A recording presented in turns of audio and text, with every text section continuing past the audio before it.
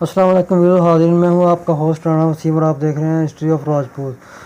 تو آج کی ہماری ویڈیو کا ٹاپک کل ہنس قوم کے بارے میں ہے۔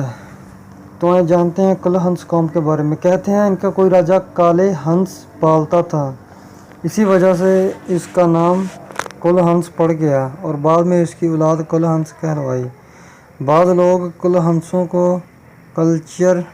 کلچر بھی کہتے ہیں۔ حج شاہ کل ہنس 14ویں صدی عیسوی میں ادے کے صوبے دار ملک عین الدین کے ہاں ملازم رہے۔ اختتام ملازمی یا سبکدوشی کے بعد ضلع ایٹا میں جاگیر پائی۔ اس وقت گونڈہ کا راجہ اگرسین ڈھونم تھا۔ اس نے حج شاہ کی بیٹی سے شادی کرنے کی خواہش ظاہر کی۔ حج شاہ کو ڈھونم کی اس حرکت پر بہت غصہ آیا، مگر اس نے غصے کو پی کر درخواست منظور کر لی۔ تاریخ مقررہ پر اگرسین اپنی قوم کی بارات لے کر آیا تو حج شاہ نے انہیں خراب شراب پلائی، حتیٰ کہ وہ خوب مدہوش ہو گئے۔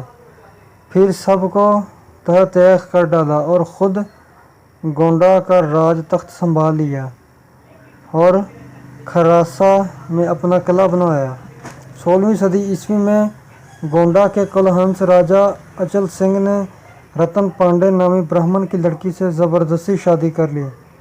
اس پر برہمنوں نے اس کے حق میں بددعا کی، جس کا نتیجہ یہ ہوا کہ کل ہنسوں کی راجدھانی کھراساں 1614 عیسوی میں کے قریب سلجوقی طغیانی بہہ گئی۔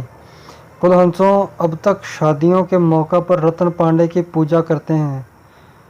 گونڈہ اور بڑائچ میں زیادہ تر آباد ہیں۔ ان کی مجموعی تعداد 45,000 کے قریب ہے۔ تاریخ مالوہ مطبوعہ 1917 عیسوی کے صفحہ 207 پر مرقوم ہے کہ حج شاہ یا ہیج سنگھ یورپین نسل سے تھا اور بغلانہ سائر نلیر کے علاقے سے آئے تھے۔ تو آج کی ہماری ویڈیو یہاں ختم ہوئی۔ السلام علیکم ورحمۃ اللہ۔